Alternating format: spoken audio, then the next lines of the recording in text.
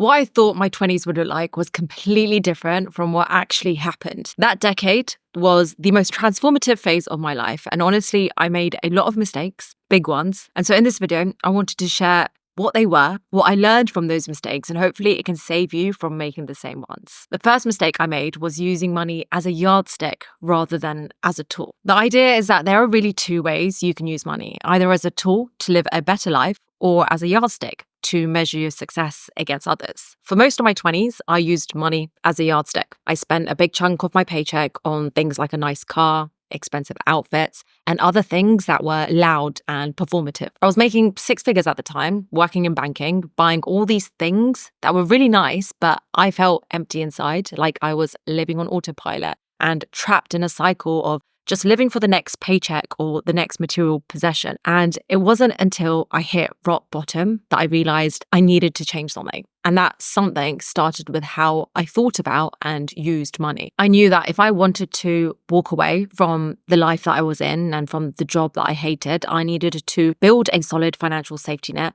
to be able to take any other risks. So I stopped using money to buy things to impress other people and instead saved a huge chunk every single month. And eventually I had enough of a safety net to quit that job that I hated and pursue a life that I'd always dreamed of. I have a full video right here that goes into the details, but essentially that was the moment when I truly understood that money is a tool. And changing your relationship with money isn't easy, but when you use that money to build a life that feels fulfilling on your own terms, that's the most powerful shift that you can make. During that year of focusing on saving and setting up the right systems, there were so many creative ways I learned how to save money that didn't feel like I was constantly penny pinching or feeling restricted. So I'm running a completely 5-day savings challenge where I'll teach you some of the best saving strategies that will help you boost your savings by an extra 1K this month. The challenge is completely free to join. All you have to do is go to nischa.me/save.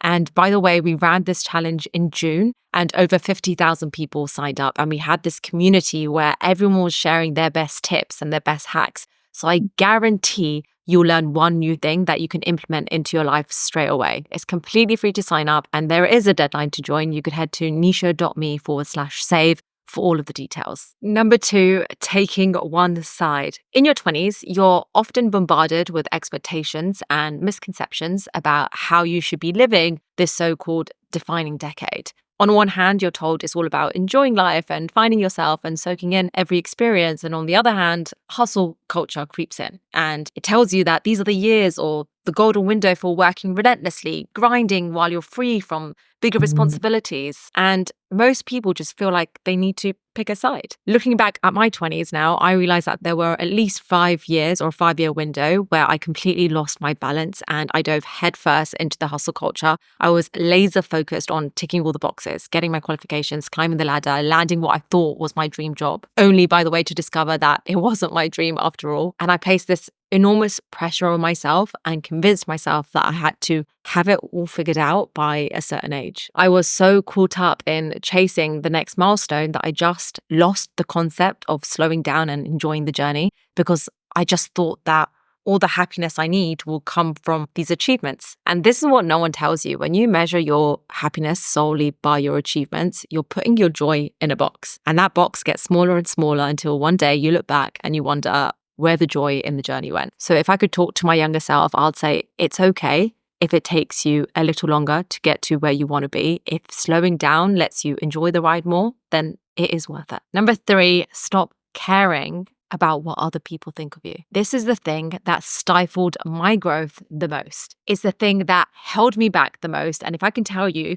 to take one thing from this entire video, it would be this. Stop caring about what other people think of you because your life will look completely different when you do. I spent way too much time worrying about how I appeared to others. And it's why I initially picked a career that everyone around me seemed to be doing and why I didn't start my YouTube channel for so long and why I had to delete all my colleagues from LinkedIn before I posted anything. And sure, I'd love to tell you that just do what you want because no one is going to care and no one's going to say anything and no one's going to laugh at you. But that probably isn't true. They will laugh at you. They will make comments. They will talk about you. It's going to happen. But is that enough to stop you from living your life? And a quote that really helped me when I was going through this phase is, A millionaire won't judge you for starting a business. A bodybuilder won't judge you for working out. A professional athlete won't judge you for playing a sport. But it's always those people who are going nowhere who want to judge you for trying to do something with your life. The quicker you can snap out of caring what they think, the happier you'll be. Trust me on that one. Mistake number 4, taking the default path that is handed to you. There's a default path that's been set for all of us by society, by our families, or even by the education system. And this path involves the roadmap, going to school, getting a stable job, climbing the corporate ladder, getting married, having kids. And deviating away from this default path often feels like a really big risk. But what we don't really ever consider is the risk of staying on that path, the risk of settling for a job that you don't like, settling for a boss that you don't like, settling for a relationship you're not happy in. We never really consider that risk. And a really good way to know if you're making a mistake by sticking to that default path is by asking yourself, if you weren't in your existing position, so if you didn't have the job that you have right now, if you didn't have the boss that you have right now, if you weren't in the relationship that you're in right now, would you go out of your way to actively choose those things right now? So for instance, would you actively apply for the job that you're in?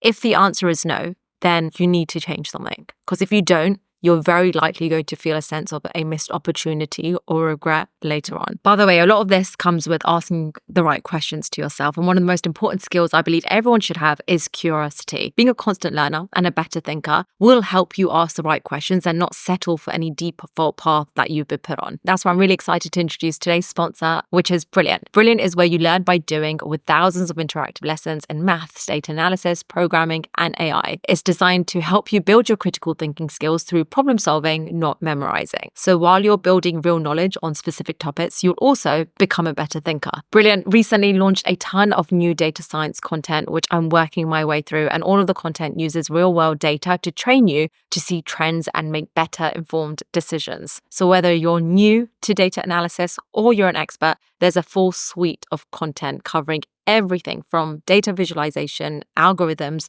to regression models, and you test your learning using real-world scenarios like understanding how to unlock rental value on Airbnb. It's a really fun way to learn new skills, and you can check out everything, all of their content completely for free for a full 30 days over on brilliant.org/Nischa. And if you do like Brilliant and you do like using it, then using the same link, you can also get 20% off of an annual premium subscription. And mistake number 5, stop feeling sorry for yourself. There are so many times where I felt like I failed at something, or I did fail at something and I thought it was the end of the world and that I wasn't good enough and that nothing else that I try will work and that I should just give up altogether and stick to what I know. And I just played victim so much. And because of this, it took me so long to bounce back every time something didn't work out, because I'll just be paralyzed by this fear of making the wrong choice or failing again. But actually, the best time to fail is in your 20s and your 30s, because the fall really isn't that hard and you can pick yourself up again really quickly. I now fail at something pretty much on a weekly basis, and it makes me happy because I know that I'm trying. I'm constantly trying to do something new. I'm trying to get outside of my comfort zone. And